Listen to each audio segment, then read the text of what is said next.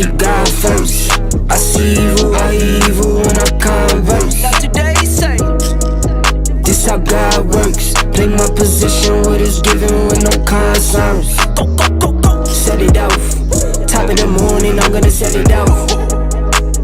You living boring, I'm gonna set it off. Shooting, I'm scoring, I'm gonna set it off. Like soldiers torn, I'm gonna set it off. Son of God, no, I am not son of man. Blessings keep falling, the fingers keep coming in. I got you, but just know I'm texting like Uncle Sam. Left to the bank, you know that I'm coming in. We don't do it for the bands though, we don't do it for the clout. Legacy on the line, so I'm moving in and out. Seen good ones turn top dog, greedy ones get knocked off. I keep looking at the bench like I could never not ball. Coach keep me in the game, Curry deadly with the range. I keep looking in the mirror like, who is he? I'm insane. Who am I? He insane. Guess I am the one to blame. What's done is done, won't change. Time to live up to my name. Real will be real, fake gon' fall. Took time with this here, I'm made for a while. No sleep in the while, I won't fall. No sleep in the while, I want it all. I keep God first. I see evil, when I converse. Not today, say. This how God works. Play my position, what is given with no concerns. Go, go, go, go. Set it off. Top of the morning, I'm gonna set it off. You living boring, I'm gonna set it off. Shooting, I'm scoring, I'm gonna set it off. Like soldiers torn, I'm gonna set it off. Told my baby, meet me at the bank. Told my mama, I'ma break the trend. Locked in, I'ma change the weight. Working for my baby's kids. Hard times couldn't make the rent. Working hard couldn't save a cent. Lonely nights, just me and God. Swear to him, always made the ends. Grab a paper, see the news. Hate coming by the tools. Walk a mile in my shoes. Something you can never do. Got my back against the wall. Bet I always pull through. Who are you? Who are you? Who are you? Who are you? Sending shots, I block 'em. Superman with the moves. Rock 'em, sock 'em, drop, bop 'em. Play to win, never lose. Run it up, I top 'em. Play full belly too. I hip hop or pop 'em. Anything I could do. The real will be real, fake gon' fall. Took time with this here, I made for a while. I can hurt you like you hurt me too. Me too. Go riv it up, we're letting go. Go riv it. Hurt me too. Me too. We're letting go. Go riv it up, we're letting go. Go riv it up.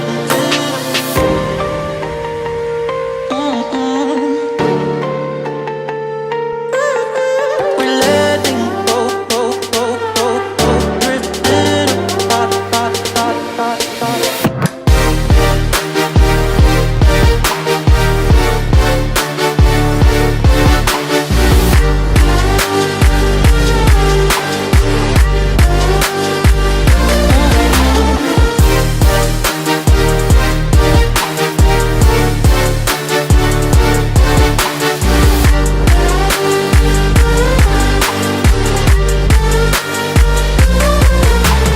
I can hurt you like you hurt me too.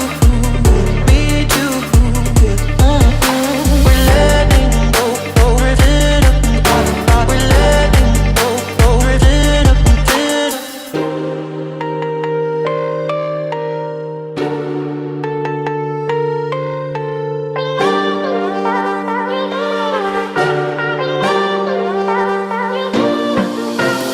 I can hurt you like you hurt me too.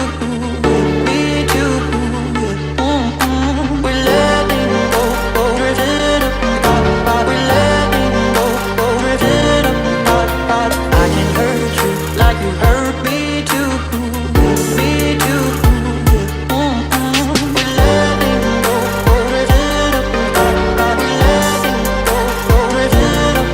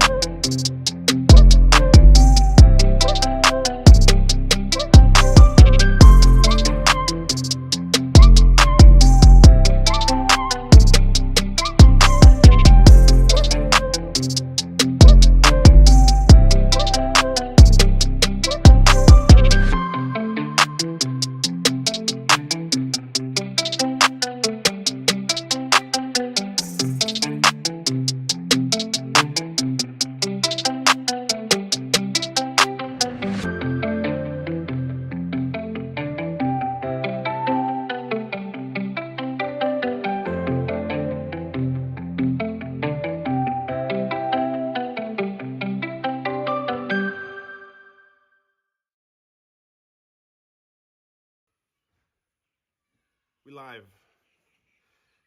How's it going, everybody? Welcome back. My name is Jonathan Bati. This is On the Mat. Thank you for joining us on this Monday, November 27th. November 27th. Man, it's almost December. That's crazy, actually. Wow.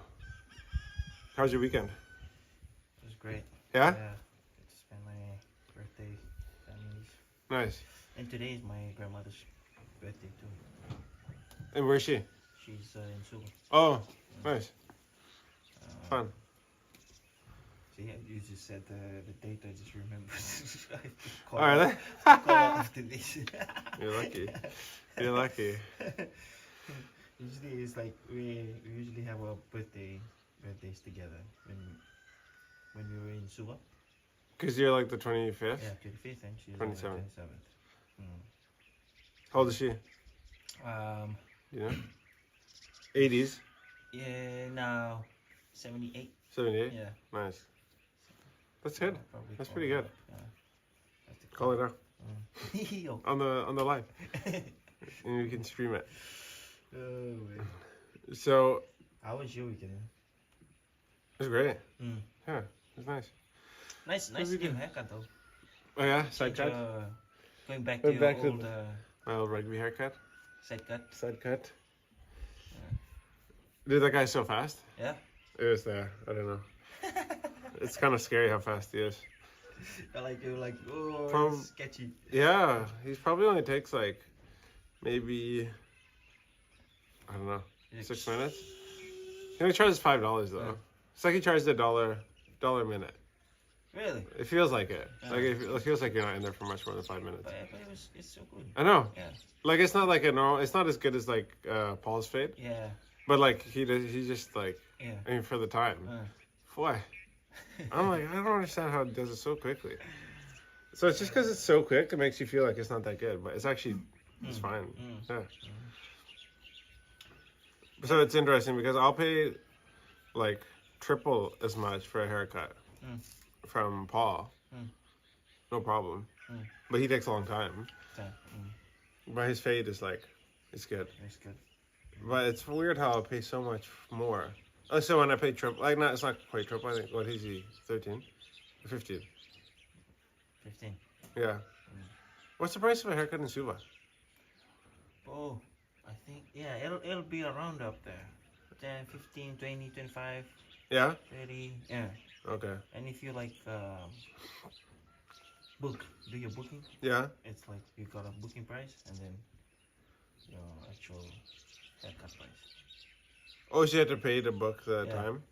So then you can just come Okay, okay. get your haircut. Yeah. It's an extra fee. Okay. That's nice though, because then at least you know you're not gonna like show up and not get a haircut. There's a company in Canada called Tommy Guns, I think. Yeah, and you can like you can book your haircut online and like your time, and then you can see like who's in front of you, like the names and like how far through the haircut they are. Like it's like a progress bar. Like your haircut will begin in 5 minutes, 4 minutes, 3 minutes. Yeah. And so like, so if you go in, like if you're just like, you know, walking around, you just like, oh, I should get a haircut. You're walking by, you can go in and you can see like on the screen, like how much time each barber has until like the next, because even though like somebody is in the chair, like, that doesn't mean you're next because somebody else might be still waiting, right? So like people start doing the shopping and just looking at their phone and like they just walk around the mall and then like come in, haircut. Smart, eh? And then when you go in, like there's all like there's like a table, like all iPads, like with games, so kids can just like go and Play there play while and you cut your hair. while you cut your hair. Yeah. Oh, It's pretty It good. must be expensive. Man. Yeah, they're pretty expensive. I think it's like $35 for a haircut. Canadian. So it's like $50 Fijian. Which is pretty standard around in Canada right now. Yeah. But that's why you only get your haircut like once every 6 weeks. But here it's like every week. Just get a touch up. Get a touch up. It's so hot today. I know it's so sick talking about the weather, but I actually had a power nap because I was like, Was I that, can. was that you snoring? Was it? Was it snoring? I thought it was No, maybe. so. Good with me. I was like out in the sun all morning Uh. working. Man, didn't feel that bad. Just like sweating. But then as I came home, like had a bath, Jump in the river. I jumped in the river, cleaned a little bit of weeding on the riverbank, and then like came up here. I'm like, oh my goodness, I'm gonna pass out. Yeah. Lazy.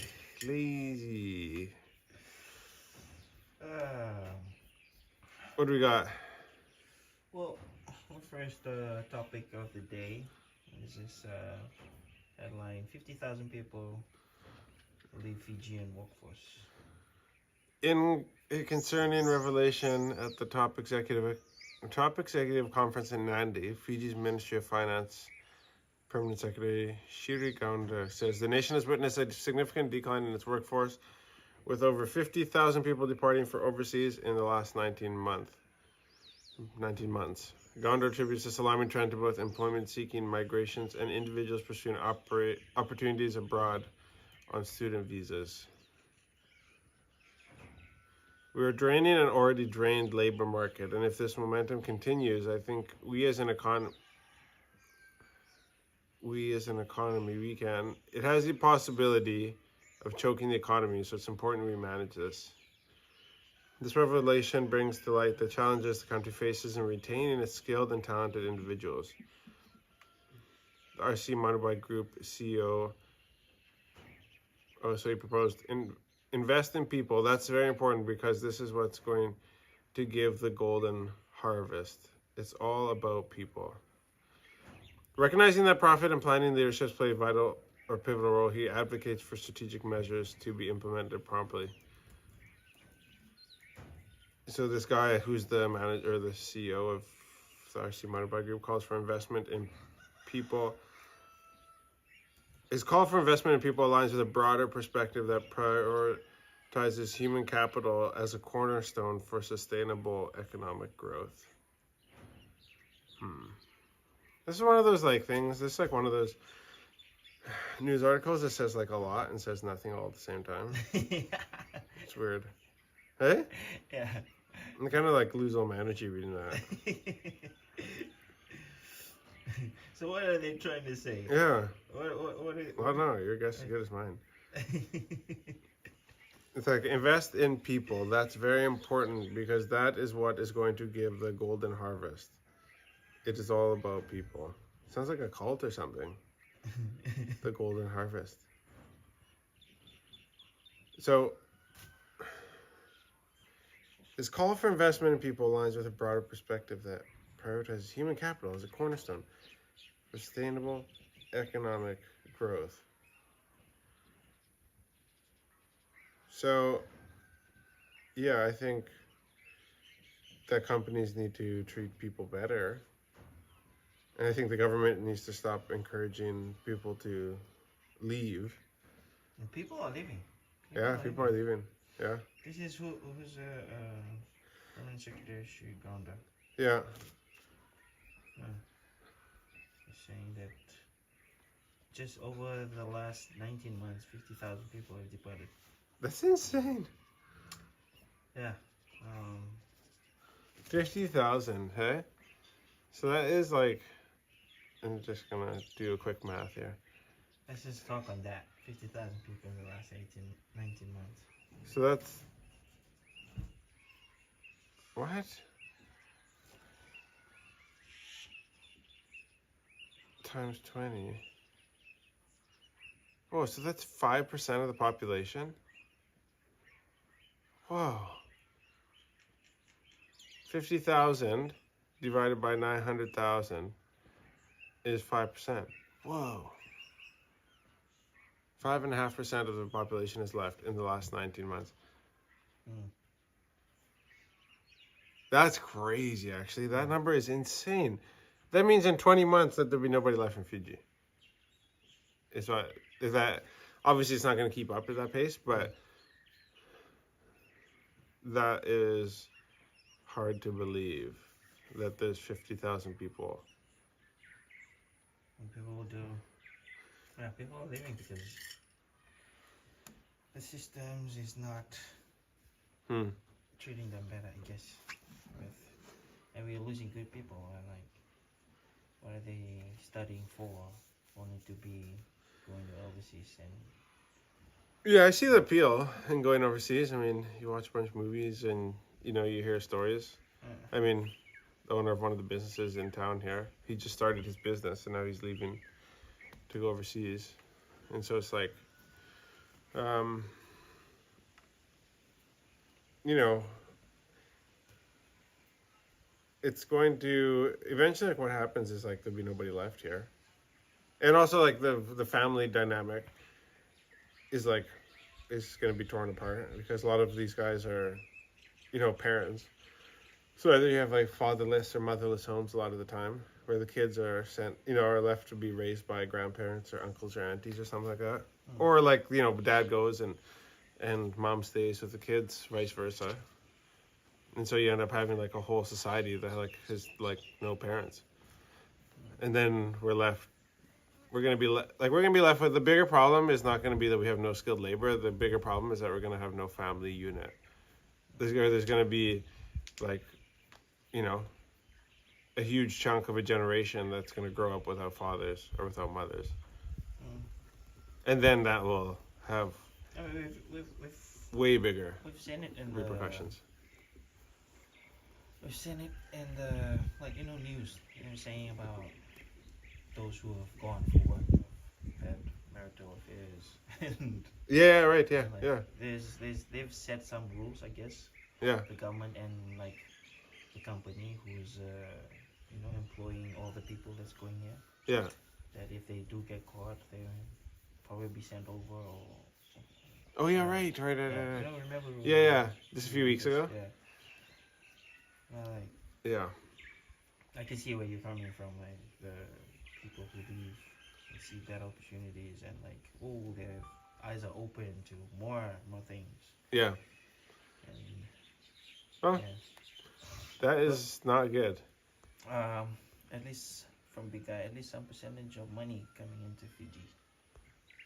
But I don't think it's going to help in the long term. That's what he's saying? Yeah. Yeah, like we always say, like, the money's great, but the money just gets spent. And then it's like, it doesn't actually forward the economy in any way. Like I think Fiji's getting bent over and yeah, from behind because like you have a lot of these overseas, these nations that are close by to us, and they're like, we'll come and we'll implement, like we'll give you guys support to do these different programs and do things in your rural communities, and in exchange, like groups of whatever sort, and like we'll just like steal all your talented people or just the workforce that would be in Fiji, and like here now adopt all our Western values if you want our help, and also give us your labor to come back to do the jobs that we don't want to do in our countries. So I think people have to like really ask themselves, like, like a lot of these people like going overseas, like, are you actually going over to? Are you actually given an opportunity in a job that? Is it just an opportunity to go overseas, or is it an opportunity to like? To have a great job or like a great career? Because a lot of people, I think, it's just like it doesn't matter what it is, it's just going overseas. That's you check the box, So, not good. William, John, I like your weather better than mine. It's getting cold here in your town in Canada. Oh, Love you guys. Who is it? William, Dama. oh, Dama. Oh, hey, how are you? He's from Boa. Oh, Yeah. okay. Where are you? Uh, Yeah. Where are you? West. West. Yeah. Yeah, it's way nicer here than I don't know. I think I would still take this over the cold weather, but days like today, I'm like, I don't know, man. Makes you question. Yeah. It's so hot, man. Just looking for any way to cool down. Anyway, Like the sweat just flowing down. Another one, yeah. Bula John and 3 asking for a friend who's trying to load the life in rainy weather in Vuna, Deveni. His question is, financial literacy is learned late in life in Fiji because money is viewed as taboo or source of problems. What are some of the books or resources you use to learn or suggest for youths or couples, and if any Christian or biblical based resources? Huh.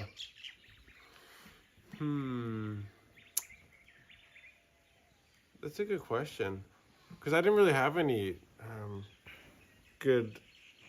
I felt the same way like growing up. Like I didn't feel like I was very well equipped for. I don't feel like the school system in Canada equips people very well, or anywhere that I was. You know, for financial literacy and stuff like that. So let me get back to people on that. Yeah. Because I can't think off the top of my head if I had any assistance with that or not, or if I have any reading material.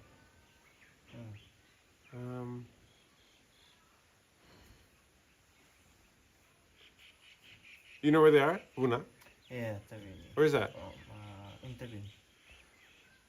You been there? Sulita. Yeah, that was the place I was working at. Oh, okay, okay. It's a district. Oh, okay, okay, okay. Yeah, it's like the that's up. What would you say? Up, down? Yeah, up. Okay, okay. Up of Tavini. Interesting. Una. Okay, I'll do some thinking on that. I'm not one of these like guru guys, honestly. I just do what I can. Can you think of any stuff? Any like financial literacy like stuff that you've consumed that's helped you over the years?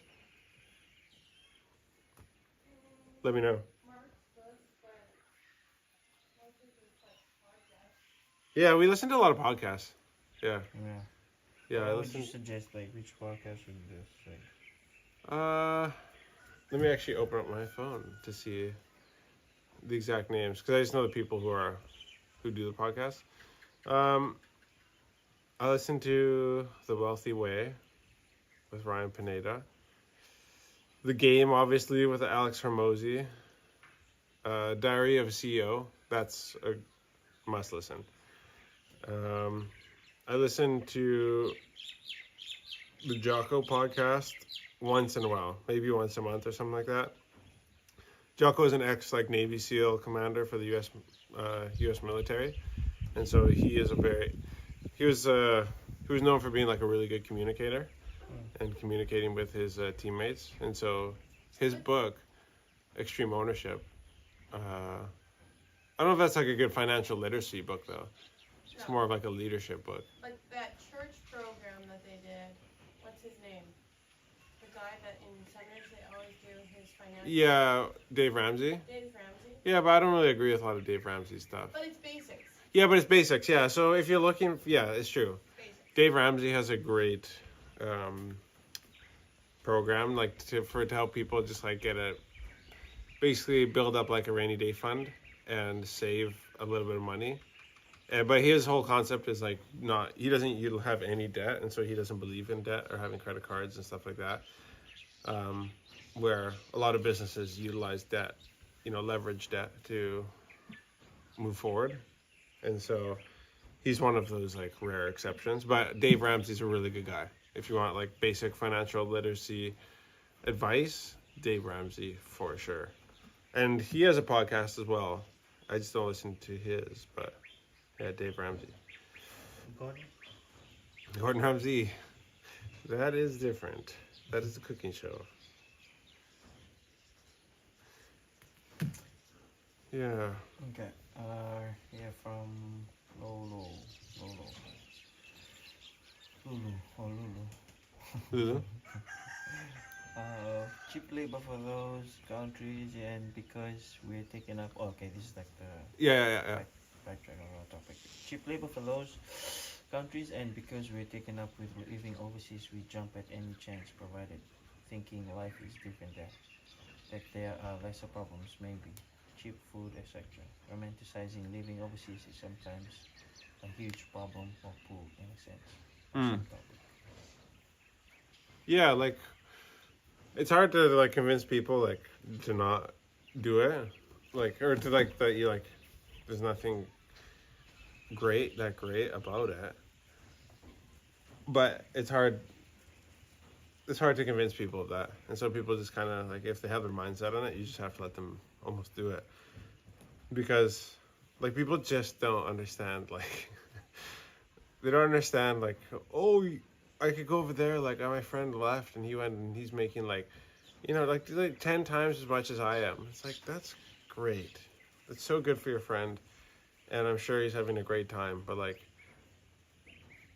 your friend probably has nothing at the end of the day. Like I always tell people like you can go there and make twice as much money, but like okay, so for example, minimum wage when I always talk about this is like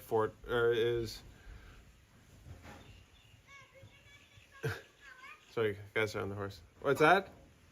What? Okay, go slowly, yeah. Well, Libby.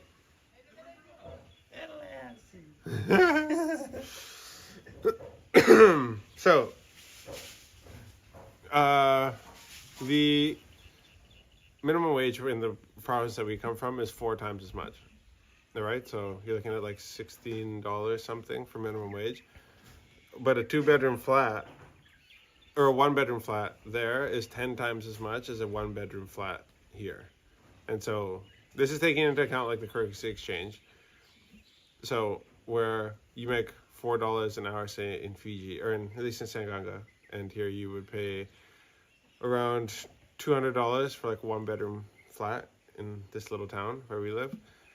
Well, you go to Canada, you make $16 Canadian an hour, but you're gonna pay around $2,000 for 1-bedroom flat. And so, yeah, great, you can go make 4 times as much money, but your living costs are like, up to 10 times or more as much as they are in Fiji. So it's like, it's so hard to like it's just, that's how basic it is. It's that expensive.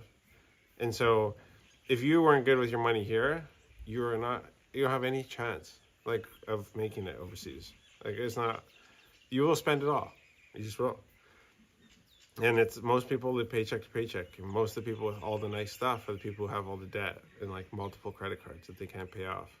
And so like I knew people who had like nice trucks, boats, and all the toys, snowmobiles, dirt bikes, and house, and and they were just like could barely keep their head above the water.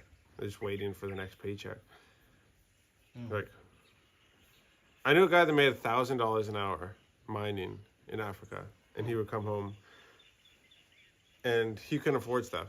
Like he couldn't afford, like he would like so he brought his Porsche.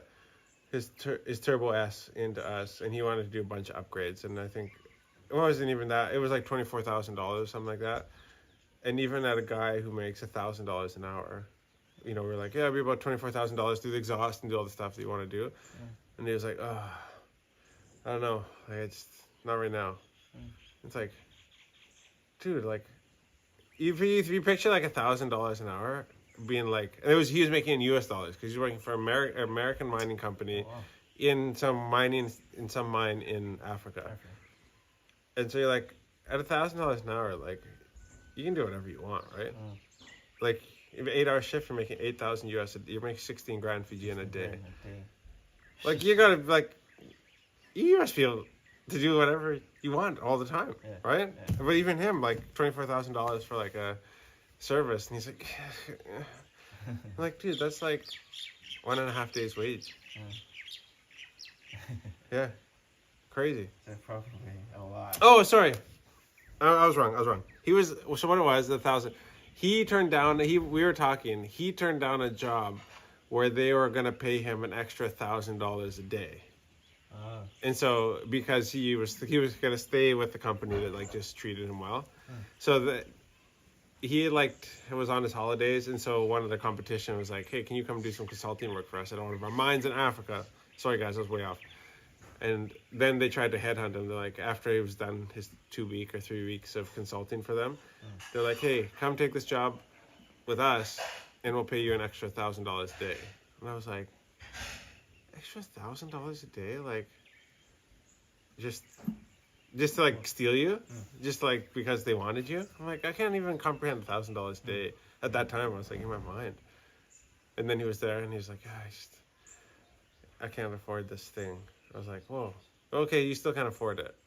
Like, there's still a point where like you think like, oh, if I get to like making $1,000 a day, it's like, Yeah. life's good, baby. I don't need it. I can do whatever I want. And it's like, no, you can't. Because you're going to have a nice house, expensive wife, and, you know, kids going to private school and expensive cars. Yeah. He had a motorbike with a V8 in it, a Corvette engine. So, like, motorbikes only have, like, at the most, like 6 cylinders. The old BMWs. And so his bike had like a full race car engine in the motorbike. It was just like, and he was just like, this guy he was over the top.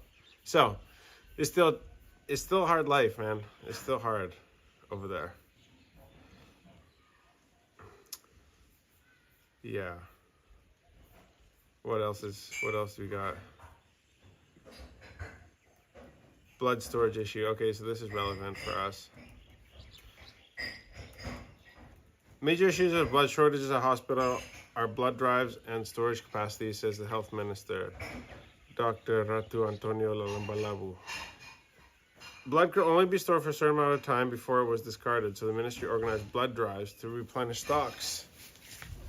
The issues are blood drives. Okay, major hospitals such as the CWM, which is the big one in Suva, had limited storage space.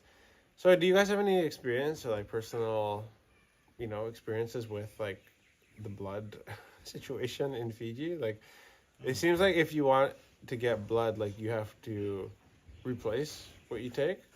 That's how it works. Yeah. Well, I have the blood bank is not. I don't know. Maybe is it not enough or it's every time like you need to replace?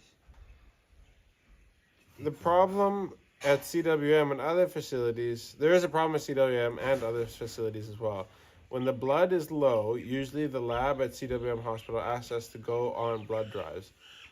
So we use certain functions, such as the Women's Expo or other important functions, to add value to it and do blood drives. But at the moment, I've not been advised by the lab that we have a shortage of blood.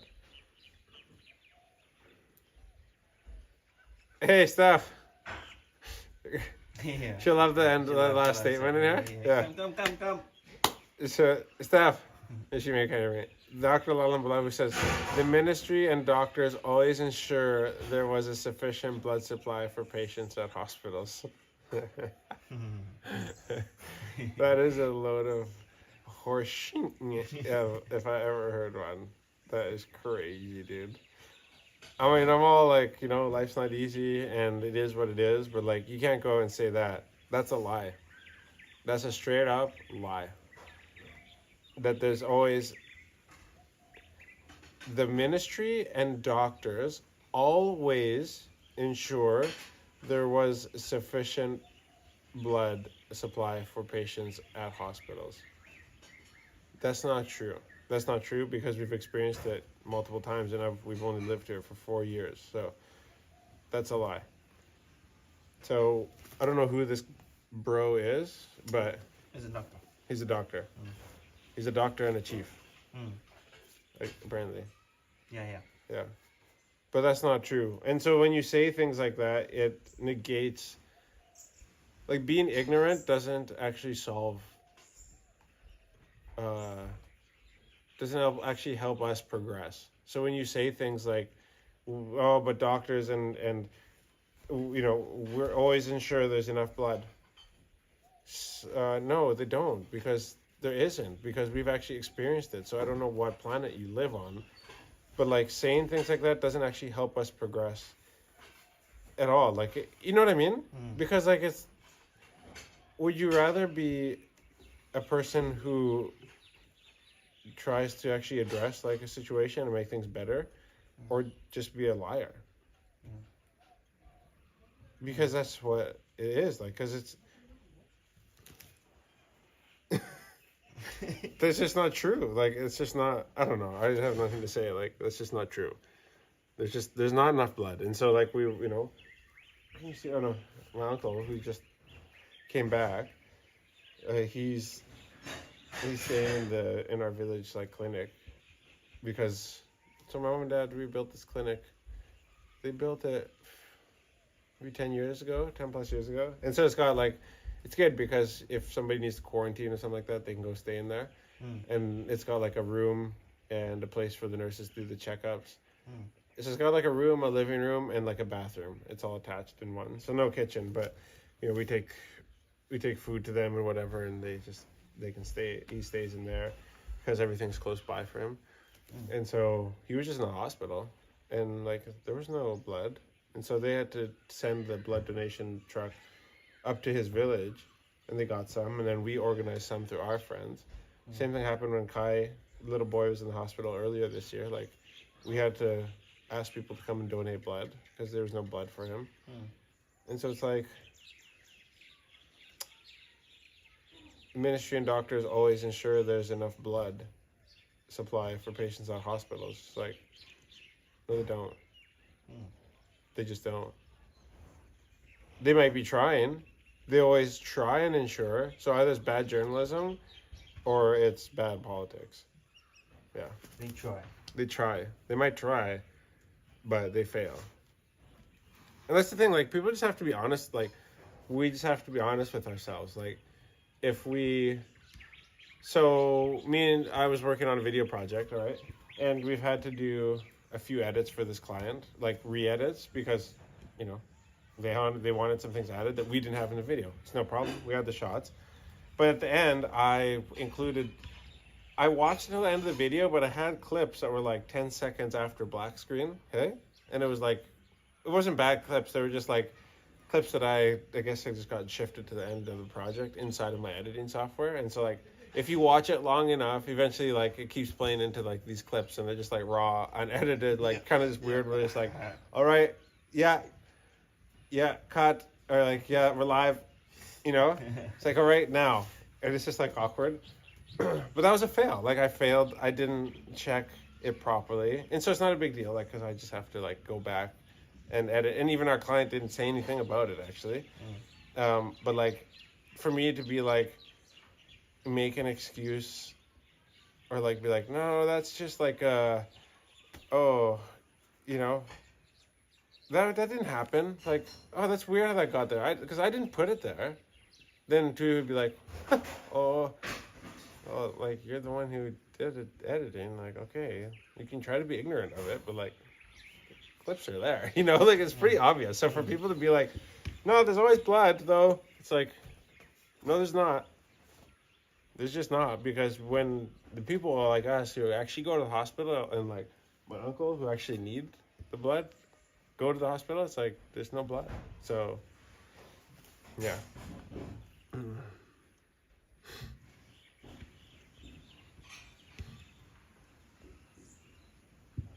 I'm just backtracking on like our previous conversations. Yeah. Was there any comments on it? Ashni saying Dave Ramsey's theory is live like no one so you can live like no one. Right. Okay. 2 reasons for me from manga: health and education. Policy from mental health. Yeah. Yeah. Come bit witty, no big. I think we were talking about that on Friday with Wonka, right? Yeah. Yeah. Oh, normally is in the chat. Hi. What's up, Norm?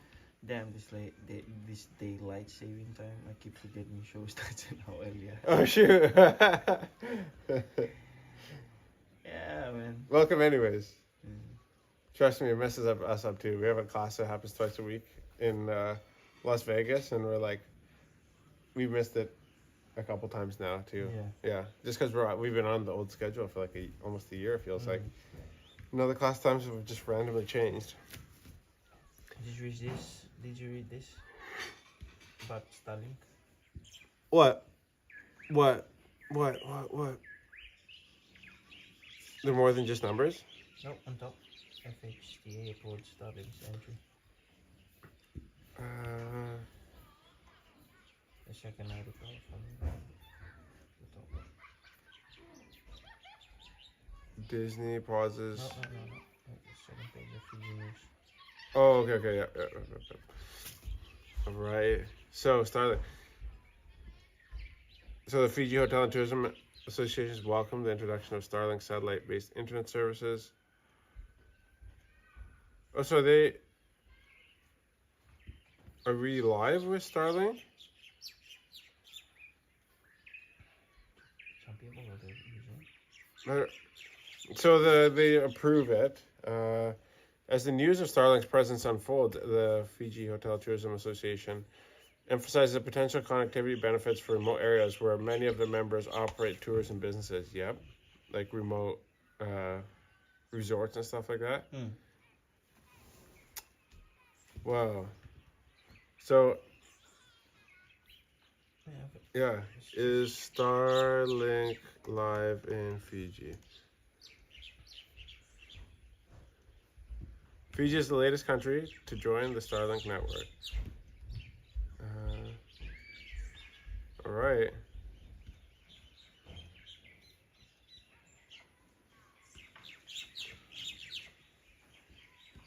Okay, so I might need to get my Starlink satellite.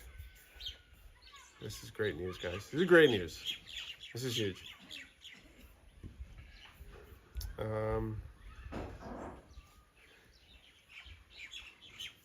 What else? Consider sustainable harvest from Corey Lavis. So he used to be a minister for fisheries before. Okay. Last government. Oh yeah, he owns Captain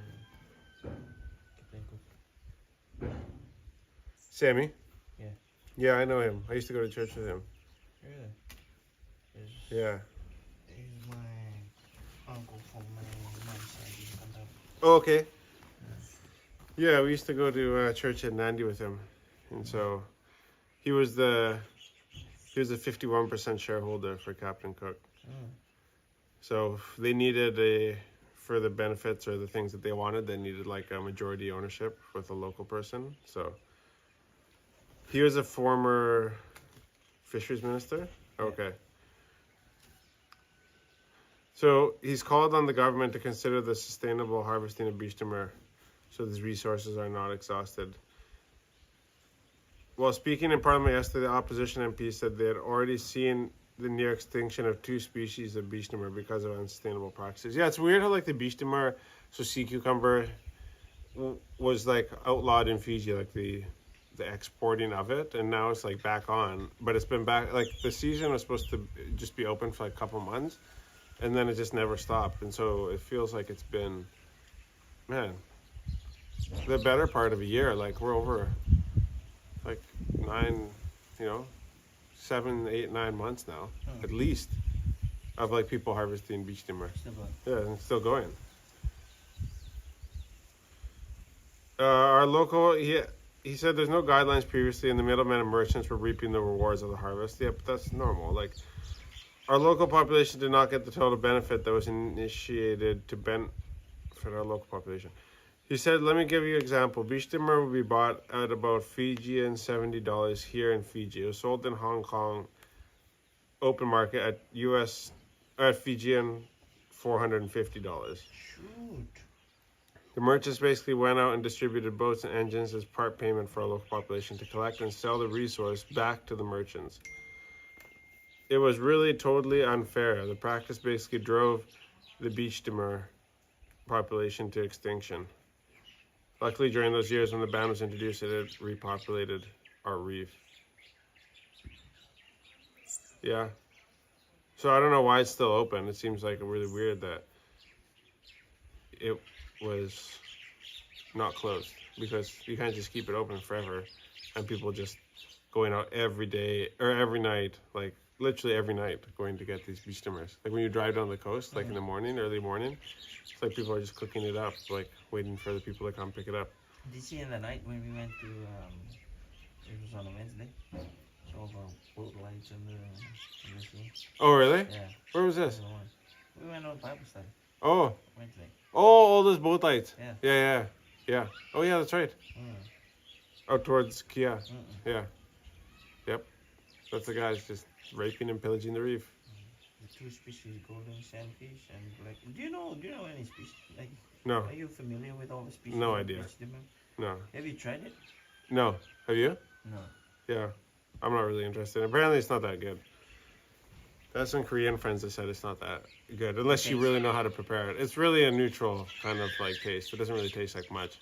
But they like eating it because of the So, nutrients it gives, or why do because Chinese? they might taste better than it looks. Nobody.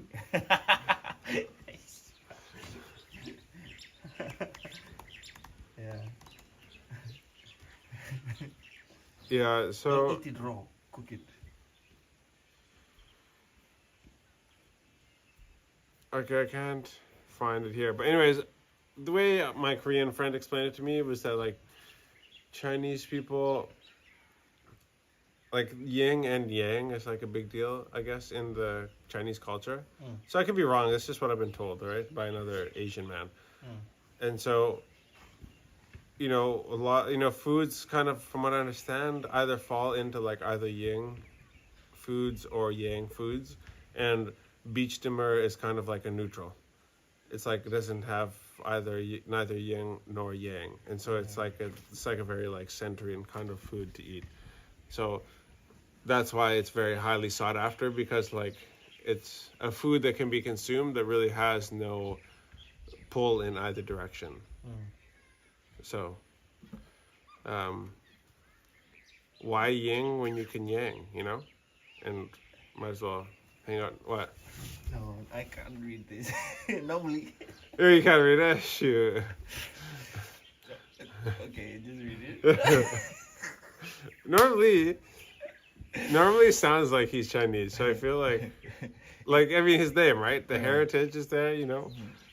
But It is a little bland and slippery. Yeah. it's a little bland and slippery. Yeah. Yeah. It was yeah, I mean they do look like that.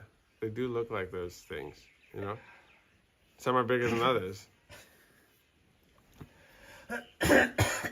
And yeah.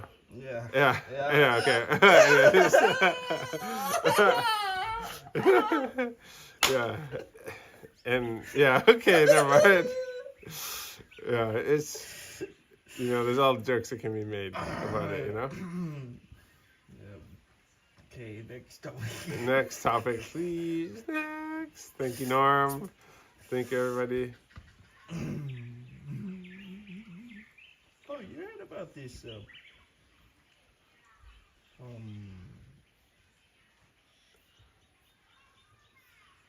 How about I do an advice one while you're figuring that out? Yeah. Or you have something? Oh, Rebel Louis. Oh yeah, what? He, Hey, high performance for World Rugby? Yeah. What, is he in the... I gotta... Yeah, I heard about this. Do you have a thing on this? Okay, Riley gets high position. Here we go. Riley, by the way, was the ex Simon Riley is the ex coach for the Fiji Flying Fijians. Former Fiji Water Flying Fijians coach Simon Riley is a new high performance general manager for World Rugby. We flew back to Australia yesterday. I am joining World Rugby as the manager high performance, he said. It is something that I really invested in, the development and pathways of rugby. So I'll be working worldwide, but I have mentioned before, hopefully one day I will be back in Fiji. Raul Louis said coaching the Flying Fijians to the World Cup was a memorable experience, of course.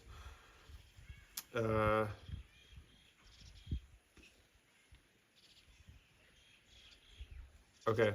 So I don't know what the high performance people do in World Rugby, but he's the manager of that. So yeah, that's pretty cool. So he's got the job with like the guys who dictate the direction our sport goes in, right? Oh. I mean, World Rugby. So everything is he registered. Like the first one ever, like for Fijian to be in, or... Yeah, maybe. I don't know. By the way, it's pretty cool.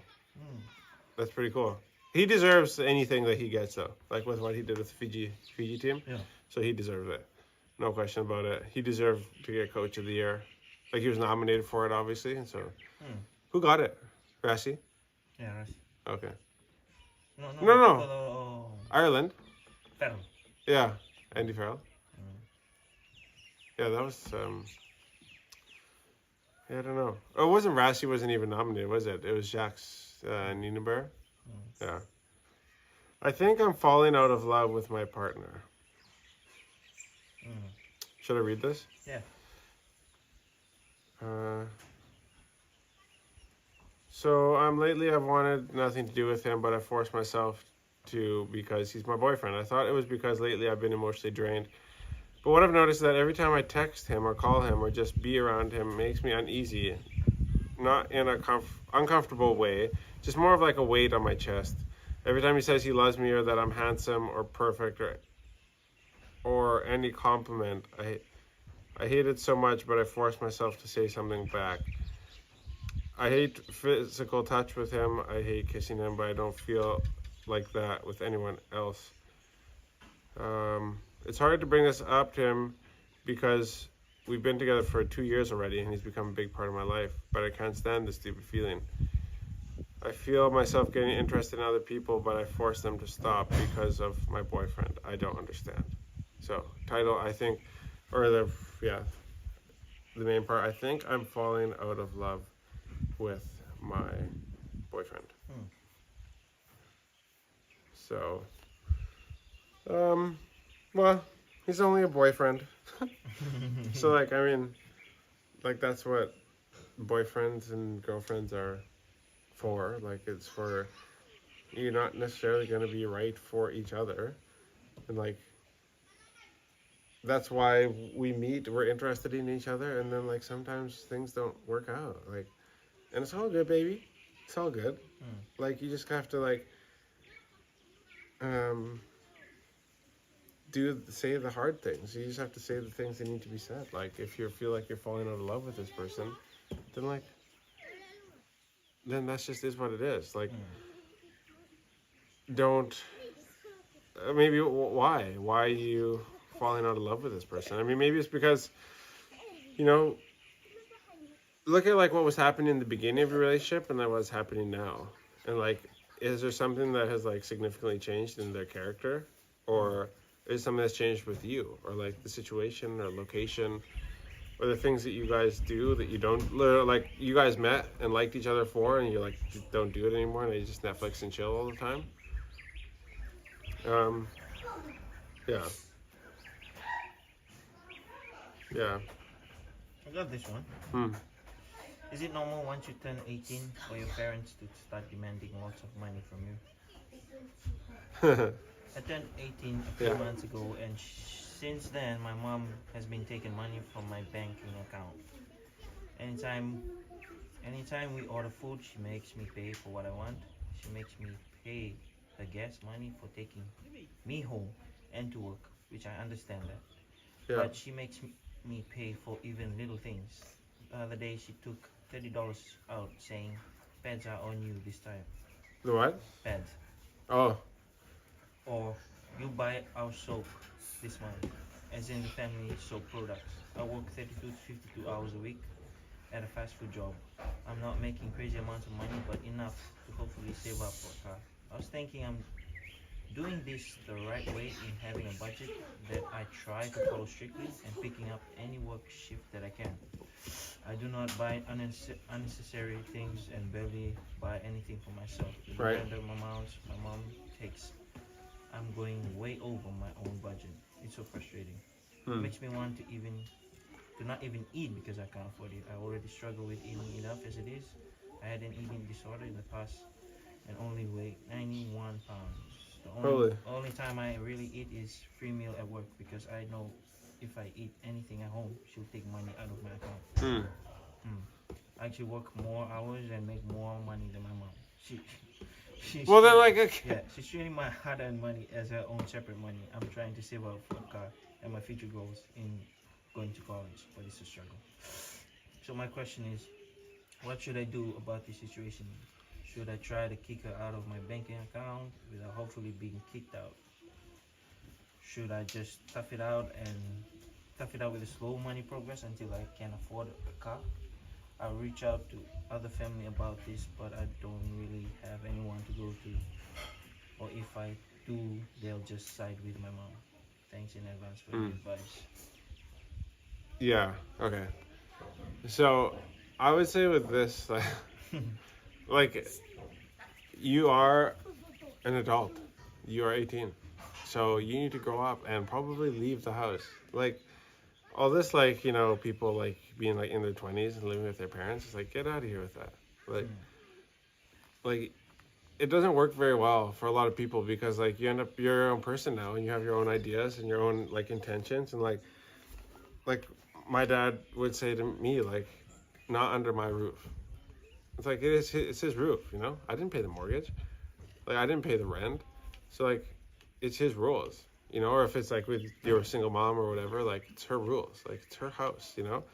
And like for you to be like, it's weird that like I have to participate in like, you know, contributing to the things that I consume. It's like you're an adult living with another adult, and that means that like these two people work together now. And like I think if you don't want it and you care about your relationship with your mom, then like you need to leave the house so that you guys can maintain that relationship. I mean, I had to leave the house when I was 17, so like I don't feel sorry for people who are like, you know, I'm 18 or like 20 and like I have to like, it's like you want to save for college and do all this stuff. It's like, yeah, okay, go to college and like work the job. That's what I had to do. Like I didn't get my college paid for or whatever. Like just had to work late at night, you know, like. And I split a room or I split a house, ghetto house with my friend. But those are like the time of our life, you know. And so, I think it's just like I think it's weird. Like it's definitely weird because like my parents didn't do that. Like I did have to pay for, you know, my own fuel and stuff like that. But like, if I took the car like somewhere, but I had my own car too. So like I had to, from a very young age, I was, you know, I had to look after my own stuff. So I think I got my car when I was 16 or something. And that was just because I worked. And cars are a lot cheaper in Canada too. So like you can, in that time, fuel was really cheap and everything, and so it wasn't that big of a deal. But I had to fuel my own car and stuff like that. But like, yeah, as long as I was living at home, my parents weren't like pinching pennies. Like they were still like, they weren't like, hey, if you eat, you have to pay us $5 for every meal that you eat at the house. Like, no, it wasn't like that. So it sounds like you need to, in order to protect like the relationship with your mom, like that person needs to like leave the house. Because like, it's, if you, the question is like, if you don't consider yourself to be an adult and you're living with your mom, then you would have to, if you don't want to pay for stuff and you want to live at home, then you have to live by your mom's rules. And it sounds like this person's like a fairly independent kind of person. Like they have their own job, they do their own, you know, their own stuff. And so it's like, then you might, this might be time to just like go move in with a friend. Yeah. Like they want to save for a car and college, but like you just might have to expand that time horizon if you care about the relationship with your mom. Or just put up with it and just help her out. It's really, I mean, it's like that in overseas, right?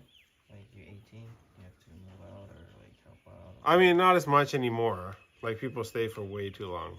Like you have guys that are like, you know, in their like mid-20s and they're just like, you know, playing video games in their parents' basements. But yeah, for the most part, I mean, especially where I grew up, like all the guys in my class were go-getters, and so we didn't want to stay at home. Like we wanted to go and get our education and live our life, and so there wasn't really anybody who stayed at home like mama's boy did, you know, like. So yeah, I think like, you know, I was talking about this last night with some friends actually, and like the sooner that you put yourself in a position where like you need you have to perform means the sooner that you will like that you will reach your potential for performing at your best. Because like when it comes to like competing in like the workforce, you know, not talking about village life, but I'm saying like for people who, you know, like for this girl, like she wants to, you know, save for a car and do all this stuff. Like she thinks she's working hard right now, but it's like if you actually had to like pay rent and do some other things and try to save for a car, like you get a lot more, like, you know, you try a lot more different techniques with your money. Like, you know, you might use the public transport system. You might, you know, figure out like some ways you can make money on the side. You'd be like, okay, well, I'm not using, you know, what if I just take like this quick, like 2-week course here, and then I can like up my pay by like 1.5 times and work, instead of working just fast food, like a nothing job, I can actually like go and take a short course and get paid way more money doing something else, or just leave the industry that you're in. So, yeah, like it's pretty normal to where, like at least the era where I grew up in, that people would leave the house like when they're, you know, 17, 18. But I think like it puts that pressure on you. And the conversation I was having yesterday was like, why do you think that like so many Indo-Fijians are like so much more successful in the business space than Itoke Fijians? And I'm like, I think like what I see is it just boils down to what is like the demand that's on your life. Like when you have a piece of land that you have to pay, and if you don't pay it, then like you don't get to live there anymore, then like you're under pressure to like do something. And so like if your mom and dad are like, we have to go and we will farm every inch of this like 1 acre little block that we have because that'll pay for our lease money.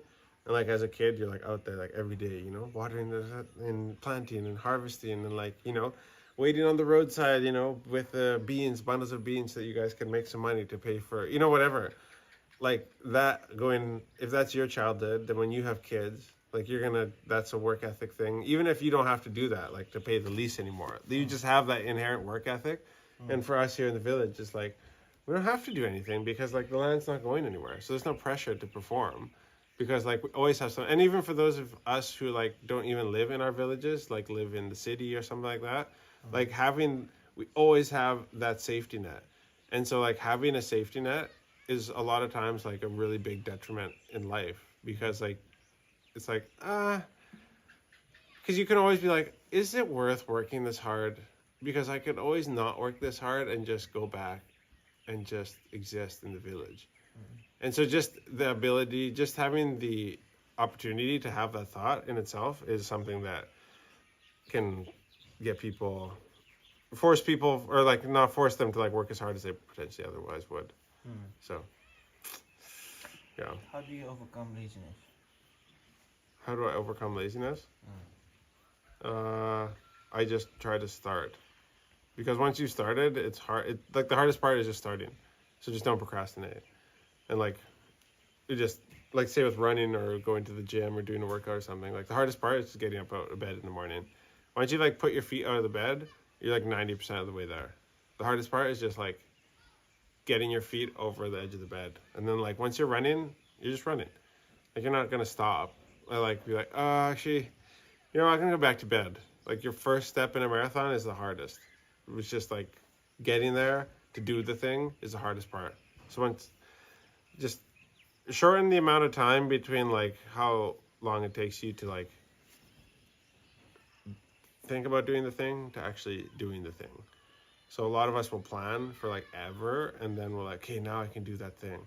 It's like, no, just do the thing and like try to figure out and learn while you're actually doing it, because that'll expedite you way more quickly.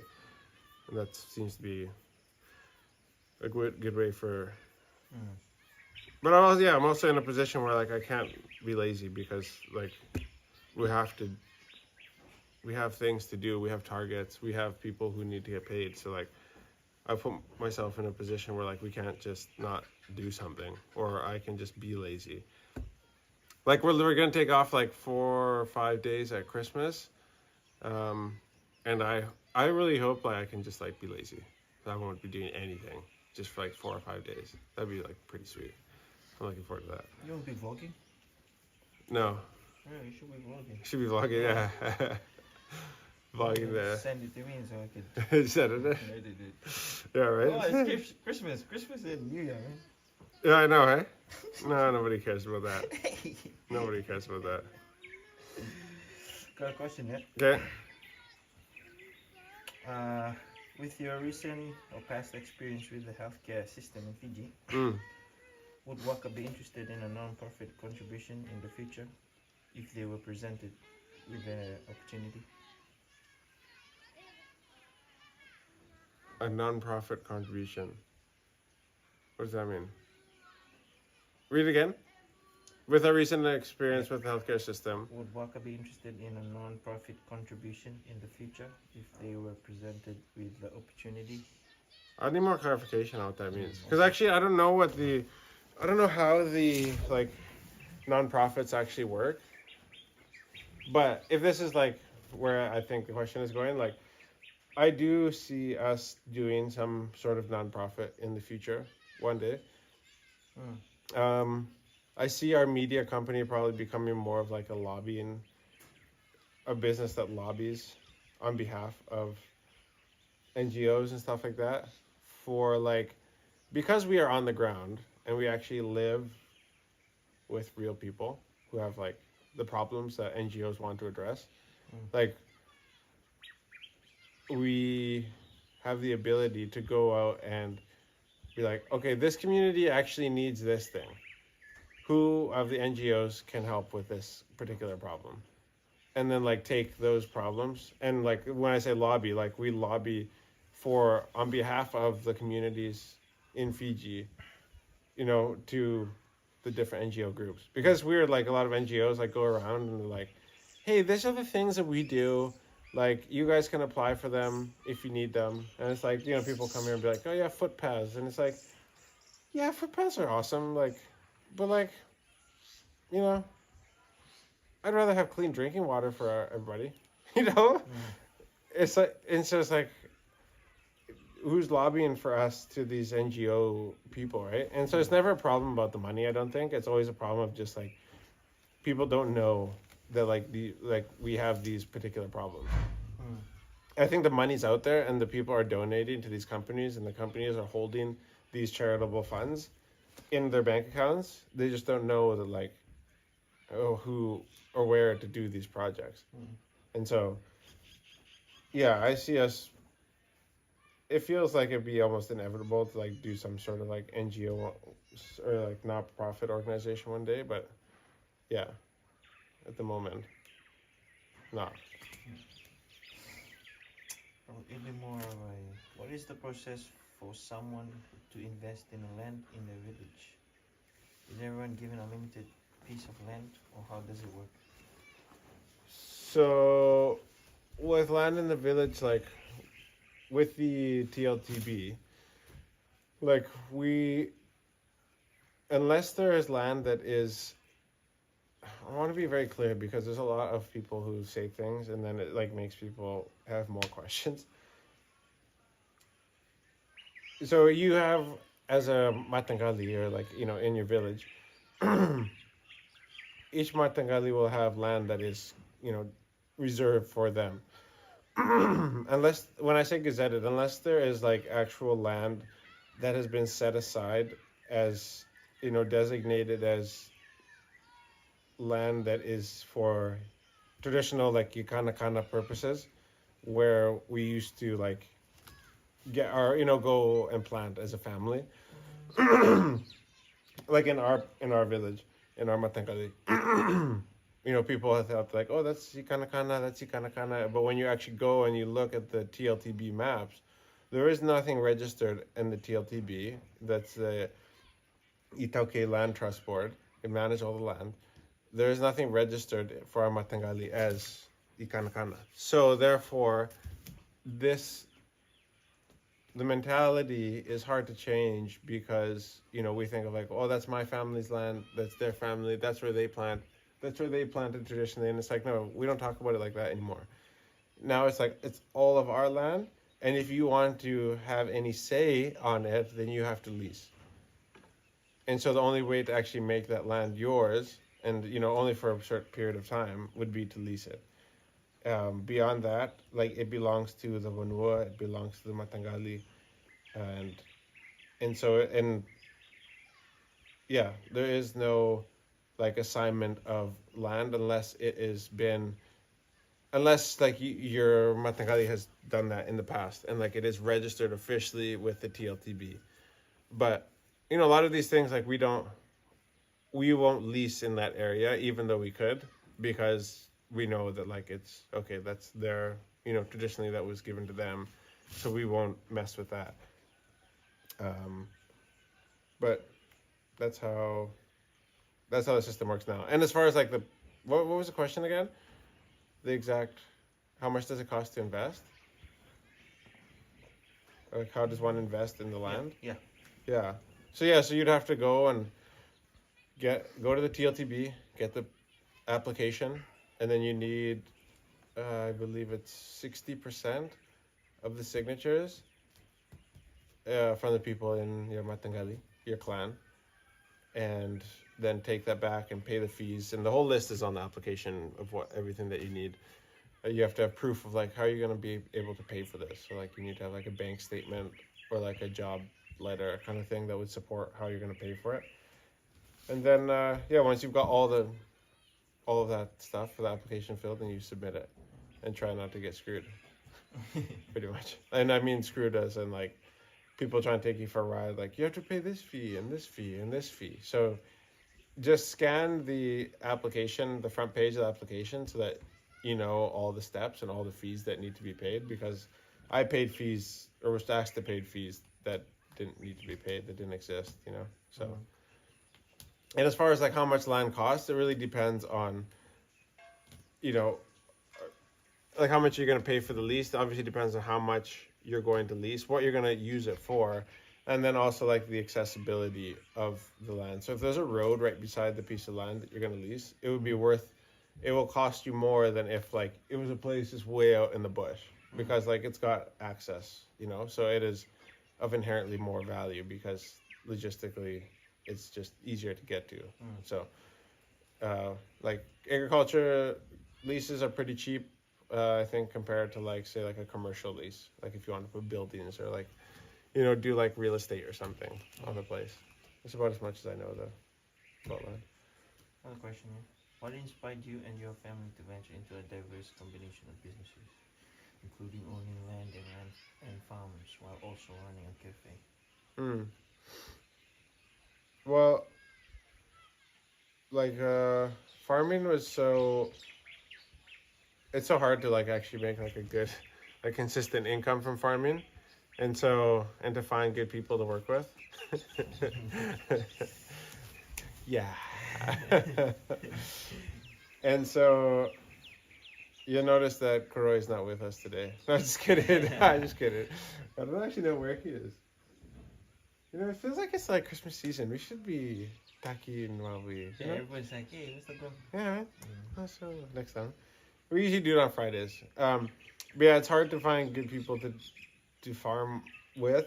And like when we got here, we invested a bunch of money, planted a bunch of sandalwood and stuff like that. And then Yasa.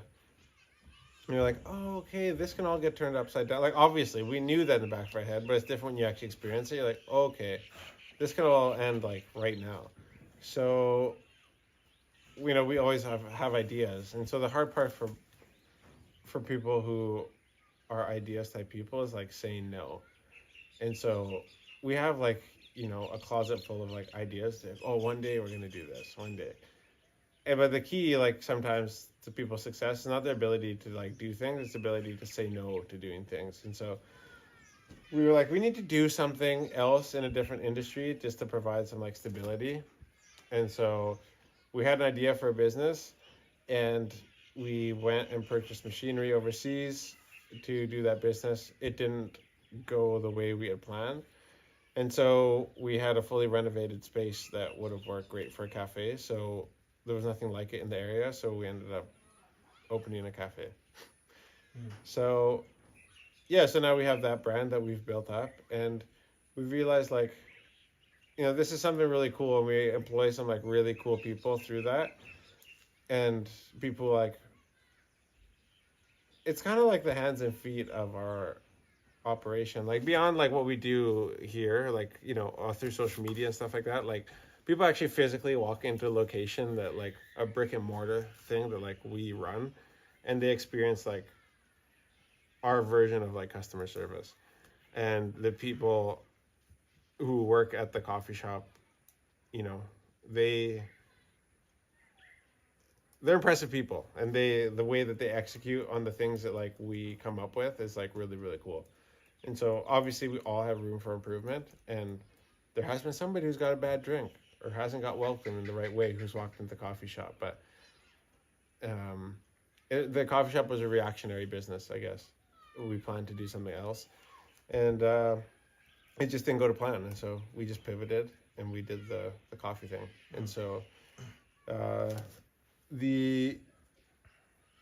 that's the coffee. The media business that we've just launched is just like, it's inherent, like it's just been something natural that's been coming our way for a long time. And so that's what I'm doing here with you guys, is like, this will eventually probably, hopefully, be a much higher end production in a nicer place. I don't know, maybe this is about as nice as it gets. But I believe that your guys' attention and your eyes are the new oil, and whoever has the attention of people will have the ability to be the one who gets to make the biggest moves. And so I do these lives because I actually like hanging out with people, and I like interacting, like having questions and doing this stuff. So this is actually really fun, and it's like I don't come like super prepared. Like I'm just like, hey, let's chat. But like eventually, like I want to be a person that's interviewing, or our platform is basically like that of a full-blown media company where we have talent and we have different people doing different shows and probably journalists, and we have, we actually write in responsible ways and like, come up with solutions and bring things to the attention of, talk about worthwhile things. And so that's the direction that this media company will go in. And so in the beginning, like we're going to be working with a lot of NGOs and stuff like that. And lobbying probably for them, like, giving them, projects that we work on and giving them, content and material that they can then go and get more money, more funding from their donors with. And so, yeah, so like we're just doing the farming, the cafe, and the media company right now. And like we, like with the cafe, like our manager is like so awesome. And so we were like, okay, we could just shut it down and, just pay the rent. Or like, but we really like, we're like, okay, people need to experience her and like how much, like just like her vibes and her love for people.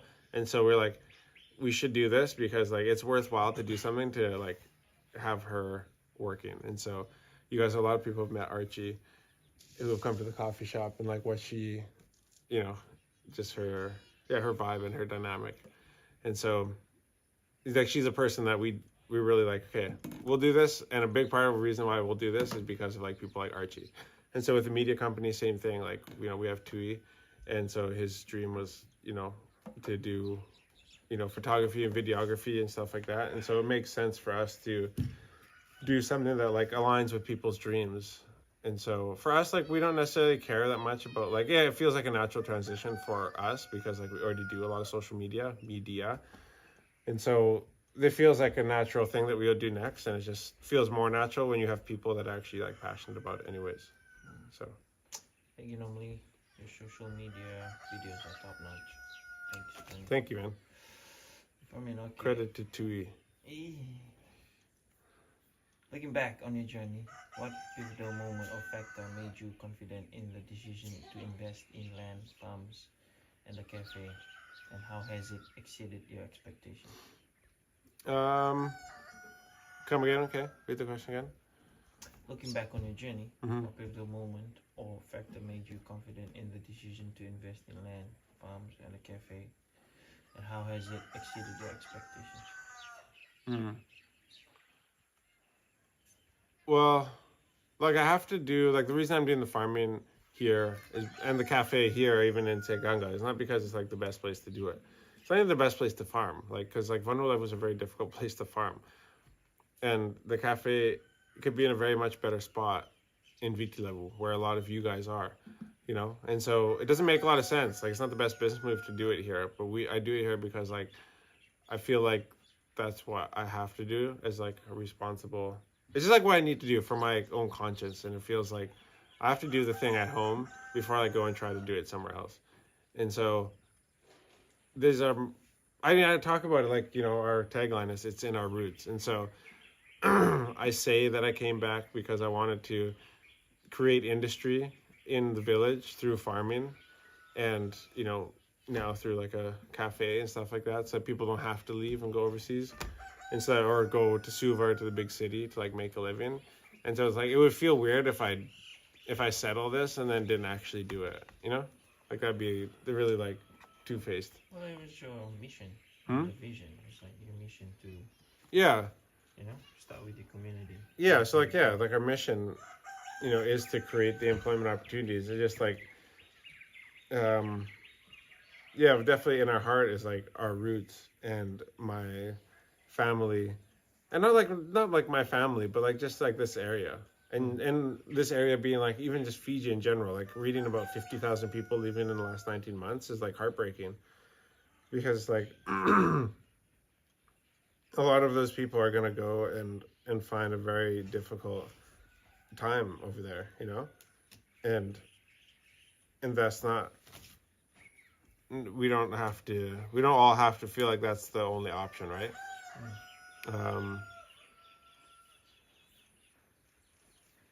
Yeah, because a lot of people overseas don't feel like they have to come to Fiji, you know, to like live their life. And the reason they don't is because they feel like trapped. Like that's not an option. Like Fiji's not part of the world, but we have so many. All it is an airplane ticket. And like there are people who come and live here, and it just feels like it's so far out of the question because of like all the things that like would have to change in their lives. Whereas like for us, like we have all these programs that are like drawing us away from Fiji, you know. And like it's like hey, overseas is so good, like you guys should go and apply for this job and do this thing and da da da. And it's like, oh, that actually becomes, it really looks attractive, you know. And then once you go, you end up being like a person that's like, a lot of times it's hard to go back. We have somebody working at we have an employee who like their husband works overseas as a butcher, but like she can't afford to like stay home with the kids, so she has to like work for us, and now she's actually having to move to the city so that she can work there because her husband's not making enough money to like support their family. And so I'm like, why is your husband, what is he doing then? Just tell him to come home. Like either like he's not budgeting properly, or his employer's ripping him off, or like, but like it's like, why split up the family if like you can't even be at home just to raise your kids, like, and look after them. Like you actually have to now uproot them and like the like, you know, last year as a primary school, or you know middle way through secondary school, to like move them to the city because like your husband can't afford to like support you guys. Like, well then just come home and be a family. Do it together here. And just do it together here. Just struggle here. But like their goal is like he has to stay there now because like they need to like she needs to get her visa, and she can only get her visa if he becomes like a permanent resident. So which means that like he can't leave, or you know, all these visa requirements. And so like he's just trying to stick it out for like another 8-9 months. It's like, So she can, dudes, so that she can like apply for her visa as like a spousal exemption or something, they can work and then she can go and the whole family can go overseas, right? and they both work. Yeah. But it's like their kids. He's been there for like 3-4 years now. Like his son and daughter have not had a dad for that long. You know, it's like for what? For what? Like you'll never get those years back. Like they say, like 90%. What is it? 90% of like the time that you spend with your kids is from when they're like 0 to 18, and 90% of that is like up to the age of 12. And so like if you miss out on like 0 to 12, you missed out on like most of their life, you know. And so it's like it's weird that like people like going overseas and then missing out on this like time that they might never get back. You know? Just never get that back. Yeah. Oh, it's hitting me in my heart. Well, should we end on that positive note? Wait. Not even positive. Go well from Ilimura again. How do you feel? How do you deal with stress and mental health issue running your business? How do I deal with stress? Dude, working out is like all the stress relief that I've ever had or needed. Just like going for a run or sweating in the morning. And and doing my daily devotions, I guess, like reading my Bible. Both things that I miss, you know, all the time because of, you know, I'm a dad and so like, and a husband. And so it's like, you have things pulling you in a bunch of different directions. So it's easy to make excuses, but I feel the days when like, you know, I go to wake up and I'm like, okay, today I'm going to do it. I read my Bible, and then like halfway through, then like the kids wake up. I'm like, Dad, can you? It's like, I didn't get my workout in. And then I'll feel that through the day. It'll just be in the back of my mind.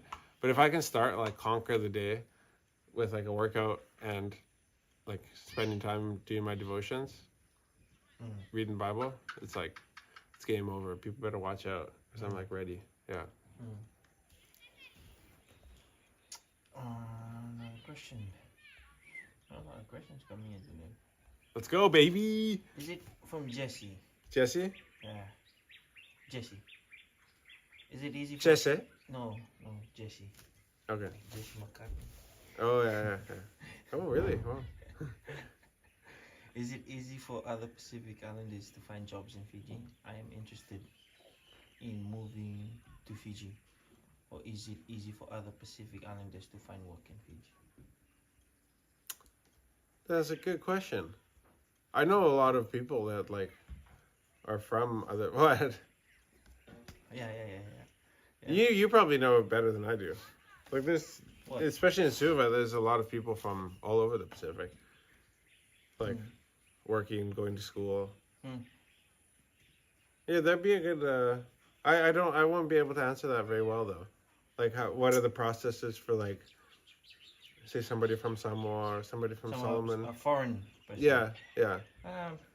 If you come with certain like skills, I guess, Right. that's needed in Fiji, then yeah, supposedly you can get, you know, Okay. you can get a job.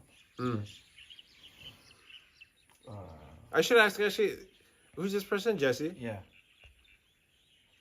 We should do you want to put that down as a him? Again with the him. Let me screenshot this.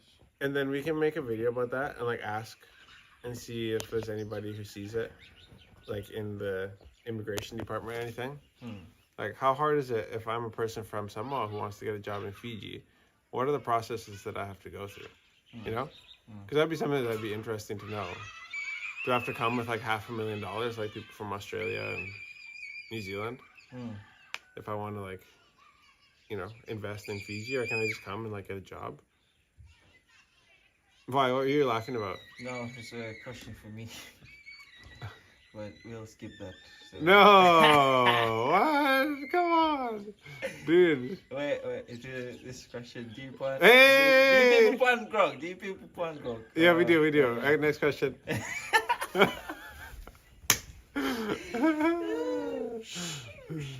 Okay, you know, okay. Yo, to you. Oh, okay. In working closely with your boss, can you share insights into how much passion he has for his diverse ventures? Additionally, has he ever expressed regrets or challenges in his journey? Well, this is Oh, shit, interesting. this is more personal. We should turn this around No, to no, you. no. Huh? This is a good question for Tui. Dude, this guy with the deep questions. Who is man, it? bro? You've put me Who's on it? the spot here. Inoke. Oh, Inoke. Pambanakandao. Yeah. Okay, so answer one right. question at a time. What's the first Yeah, question? okay. In working closely with your boss, can you share insights into how much? That's Passion. weird. Okay. It's weird when you call me your boss. That's weird. I call you boss all the time. Yeah, Call me right. boss. Hey, baka boss. I remember like you introduced me as like, oh, this is my boss. I was like, ew. I did one time. Yeah. Where? With Ravida Oh, Revida. Who's Revida? in Suva. Oh, Doctor. Oh, okay, Yeah. Dr. Revida. Oh yeah, this is my boss. Yeah. I'm like, hey, Yeah. yeah. Like, that's gross. Yeah, I don't know. Okay, with your passion. Oh, yeah. I guess that what made my transition into coming and joining you is because I saw the passion in you, like the mission and the vision itself, and like how you want. You should turn the camera on. Everybody wants to see. No. Dude, Come on. Okay. Okay, you get to answer half the questions with the face of me and half the questions. Do you guys want to see Tui's face? Oh, come on. You guys wanna see Tui's? My face messed up, man. I haven't cut my hair. So, anyways, Mission vision. yeah, the mission and the vision, and like how your dream is to help the people here, and just like how you're saying. Yeah, and I totally agree. I see that. Like, should I share like info about the profits about the coffee shop? Yeah, sure. Yeah. So like with the coffee shop that we have here in Saganga, they literally don't make any profit. None. Nil out of it. Well, because it was the mission that they wanted to like do something for the community here. And what's is driving the whole the waka, is because people like him, like I see that he has really helped his community. Whereas I've had families, I've had friends with people who talk from places where they like talk down on us, or like like, oh, why is it down? It's like, oh, what they don't see is like the bigger things that you've done for this community. Right, You are right. doing the job. You are literally doing the job firsthand. The community, the village itself too. And it's so far away from like, Yeah. it's hard to feel the impact if you're not. It's a small community, Yeah, right? So yeah, like, and it's like- not changing the world. Yeah, and it hurts me because I'm part of this wonderful family, and I see it every day. The things that you do, the passion that drives you, and like the ideas that just comes in, and like you said, there's a lot of poking holes, right? Yeah. Like a lot of ideas that still need to be implemented. Like you've got so much ideas and plans for this community, and we love to see that, and I love to be part of that, and that's what it makes my transition from here, or like I jump at the opportunity. I was like, yeah, I want to be part of this. Yeah, because you journey. left like the tourism industry, right? Yeah. Which is like really potentially good for somebody like yourself, right? Yeah, exactly. Yeah. And I was working there. Like somebody like yourself, photography, yeah. videography, sales, marketing, and all that. And yeah, I got this call from a friend of mine that recommended you guys were looking for somebody. So I just said, yeah, put my name in it. Oh yeah. Next minute, I got the phone call from you. Wow. And then because that was February, and Yeah. we met, and I was like, yeah, Crazy. I want to be part of this, like, and I would like to start something with you guys and bring it up. So, Yeah. It's yeah, fun. He's really doing. He's a good boss. Yeah, very good boss. Okay. Next question. Additionally, has he ever expressed regrets or challenges? Oh yeah, there's a lot of challenges. Yeah, Yeah. I think you've gone through a lot of challenges, man. A lot Today. of tests and fails, like today. Yeah. Like today, man. Unfortunately. That's a bummer. Yeah. That's a bummer, like hearing that. But you know, we invested so much, believing. Yeah. We just need the right people to be part of the journey, and like who really can like get things rolling. Yeah. I mean, but like, man, we can do so much. I think like this is the way I think. Yeah, it's better to bring somebody from outside who's not from this place who can get things rolling. I mean, see, Corey is not from here. It's a normal thing for other places in Fiji. Even I'll speak for my village itself. Like I see the youths, they don't actually utilize their land because they're just like, well, it's their land, they chill. Right. Whether they work or not, you know, they got it. But for somebody from outside, and they will like see all this, you know, progress. Like, whoa, he planted this, he planted that. It's like, oh, doing a lot of things. Right. Sometimes people get jealous and jealousy and envy. And like, well, what are you doing? Like, you got the land, but you don't want to do the work. Yeah. So people from outside probably can do the work, and it's a disappointing, like, you know, what happened today. Like, Yeah. No. Yeah. With that, but a lot of tests and fails, man, and I feel for you, like the time you've invested, the money, and all those things, and I understand all those challenges, and like today, man, the time and sacrifice that we made. I feel like I'm part of it too. I know. Yeah, you are. Because I've given so much Yeah. of myself in that as well. Like your creative juice, huh? Yeah. Yeah. So Yeah. then again, yeah, I hope that answers your question. Yeah. Enough. And thank you. Should we do one more? Because then we got to roll. Yeah. Thank you for that question. Pretty much the last one, but do you want to do an article? Okay. That guy, Robert Coffin's 3 months stay in Fiji. This is a book I want to read. Where is this? Robert Coffin's 3 months stay Oh. in Fiji. Is that it? Oh, that's it. Right. You hear crying? Whoa. Should I read this? Yeah, but Okay, what is it about?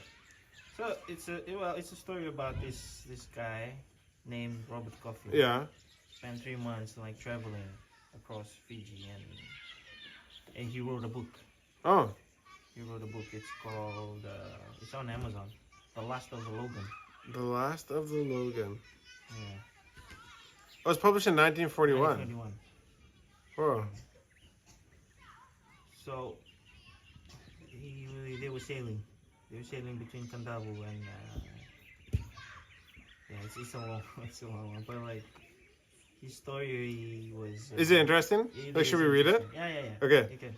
There was a man named Robert Coffin who spent 3.5 months in Fiji in the 1800s. He had been a castaway from the New Bedford whaler Logan, name of the ship, which was wrecked on Conway Reef in January 1855.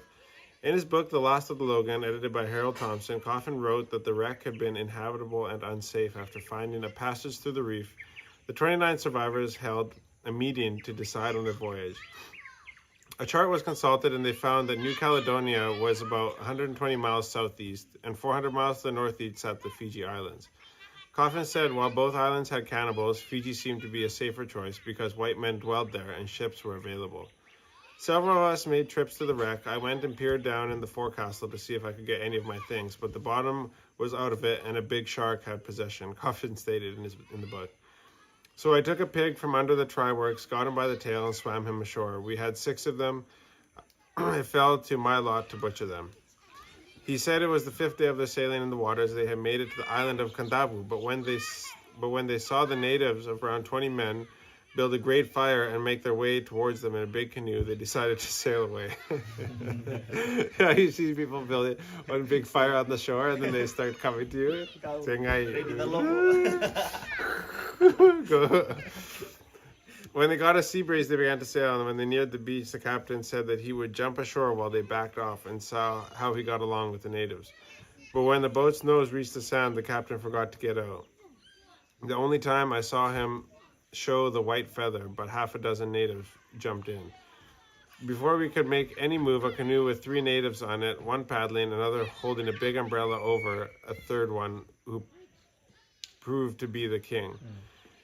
He made the natives all jump out of the boat except a man on the thwart with me, got in himself, sent his canoe off to the other boats, and put natives aboard with his orders. On the king's orders, they went to pick up tons of coconuts while the others went to pick bananas and breadfruit. Then the men met at the head of the bay. The boats were unloaded and they were taken inland to a town walled by a high reed fence and into the king's large house. It was carpeted with beautiful mats. The king's part was a platform raised about 3 feet and covered with the finest mats. The king was seated up there, and the captain and the mate on either side of him. The rest of us squatted or sat on the floor. It wasn't long before the women brought in fresh pork, yams, and bananas for them to feast. After the feast, I went out and ate dawa, a delicious fruit of the size of an ordinary peach, round with thin shell like rind you cut with your thumbnail and pop pulp into your mouth, like a lychee. Coffin later followed his fellow men to a freshwater creek to take a bath. The natives were greatly amused to witness this. It was late, sun was set, the boys were looking for a place to sleep in the king's house. I sat just inside the doorway. A tall native thrust his head in at the door and scanned our crowd. He finally beckoned to me to come out and follow him. Coffin followed him to this house where his wife and daughter and son sat waiting. After a few minutes of conversation and watching Coffin, the girl began chewing a root that looked something like calamus, sweet flag. He said the root was called yangona, or kava.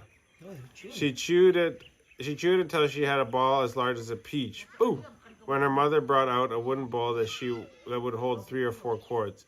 Into it she poured some clean spring water. The girl took the wards of the roots from her mouth and put it in the water, and then with a mass of finely shredded roots or grass strained every particle of chips and fiber out of it. When it was finally prepared, Coffin was handed a well-polished coconut cup to drink and was inclined to refuse, but feared to do so. After the ceremony was over, they had prayers after the manner of Christians, which was a great surprise to me and did not a little to reassure me. When it was time to sleep, he lay in the middle for a long time, reflecting on whether they would kill him, and decided it didn't matter if he slept or was awake. In the morning, he returned to the king's house where white men and natives were gathered for a meeting. Not understanding a word because it was done in Fijian vernacular, Coffin went out and wandered around the town. It was explained to him afterwards that the natives were preparing double canoes to carry them over to Bao. The natives argued all day during the meeting to keep their boats and furnishing, but in the end settled for one boat. In the meantime, I met my host of the night, and he led me sightseeing way to the far end of the town and ushered me into a house with an old couple and evidently gave them instructions to keep me amused as long as possible. I was so interested I forgot my dinner and took note of the time until the waning of the afternoon sun warned me. Coffin went out and reached the king's house only to notice that the town was deserted and rushed for the beach. Soon I saw women and children along the path. They stepped hastily aside, crying out, "Bala bala." As I neared the beach, our men went launching the last boat, and I rushed into the water up to my waist to help. Coffin's friend, the canoe chief, hurried to him, and while patting his chest, called out, "My," pleading for him to stay. I shook my head and climbed into the boat. Many times I have been kind of half sorry I didn't stay, for I really believed that he had taken a fancy to me and wanted me as a friend and not for gastronomic purposes. When they reached the schooner's deck, the men were filled with joy. The schooner belonged to the king of the whole group and was named, as he wrote it, Takombao, or Dakombao. They sailed on till land. They landed in the town of Lebuka Obalau, where around 20 to 30 white men, including some missionaries, lived. When we landed, the crew was parceled out among the white men living there. I fell to David Whippy. David Whippy. Wow. So that's David Whippy. Wow. Bro, this is a good book, man. Yeah. Like deep cuts, eh? Yeah. And the Whippy family, for all of these, you know, is very well-known name in Fiji, the Whippies. And so that might have been like one of their first like original generation people here. Anyways, guys, thank you guys for joining. My name is Jonathan. If you'd like to check out our apparel, you can go and get it at wakafarms.com/store. Like the Sulu, we have a shirt, we got hats. Is there an important question that we should answer before the end? What is this? You can do one. Encore. Okay, one more. What is the significance of the traditional Fijian culture in your everyday life? Oh, the traditional culture. Like we share like lots of stuff, eh? So, you know, there's always people coming and asking for stuff, and you just, you know, give it. Like, you know, I don't, like I've talked about before, like there's a limit to what I give and, you know, how much I will give and stuff like that. And sometimes I say no. But yeah, beyond that, like, you know, just inviting people in, like, you know, when you see somebody walking by, like, come have tea or come have lunch, you know, even if you don't have tea or lunch.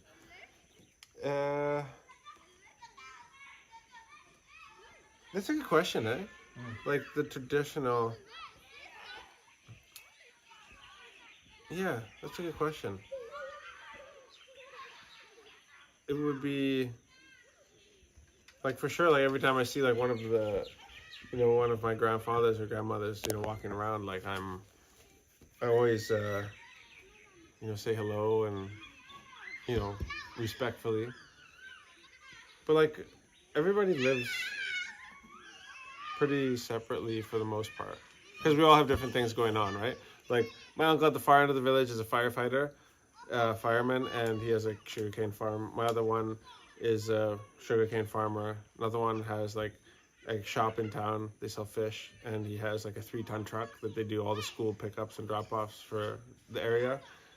And my auntie over here is like disabled. She has some family that comes and looks after her.